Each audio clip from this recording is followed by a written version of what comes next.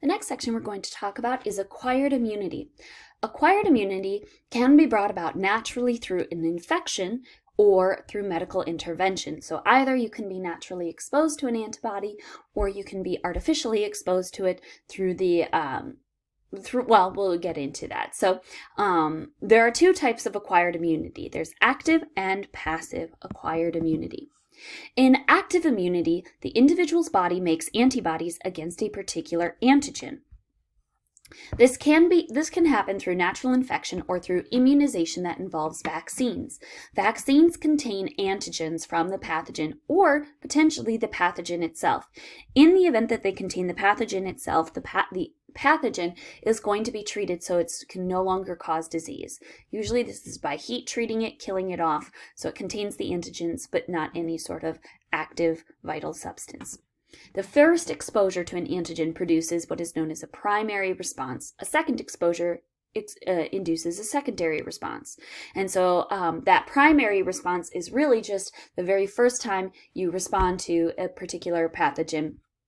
You're going to have to make specific T cells. You're going to have to make specific T cells that can recognize and then store that information. So those T cells will fight off that foreign invader, and then memory B cells will store that information for that antigen to make sure, or store the antibody for that antigen to make sure that we can fight it next time.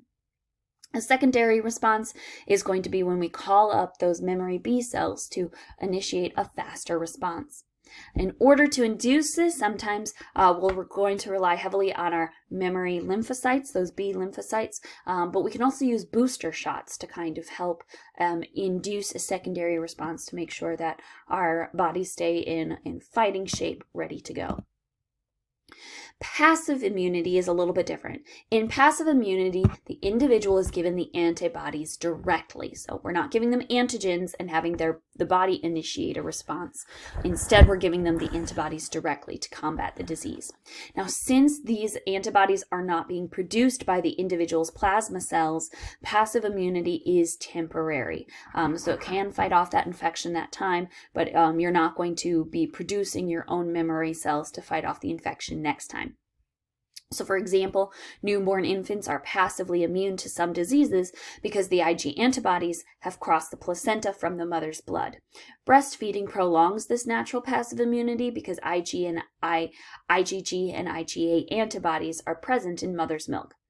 You can also receive antibodies by injection, which is something they were initially working on with the COVID virus. They were looking at injecting antibodies from individuals who fought and were had already sort of beaten COVID-19. They were looking at passing off those antibodies to other individuals who were in the process of fighting initial exposure to COVID.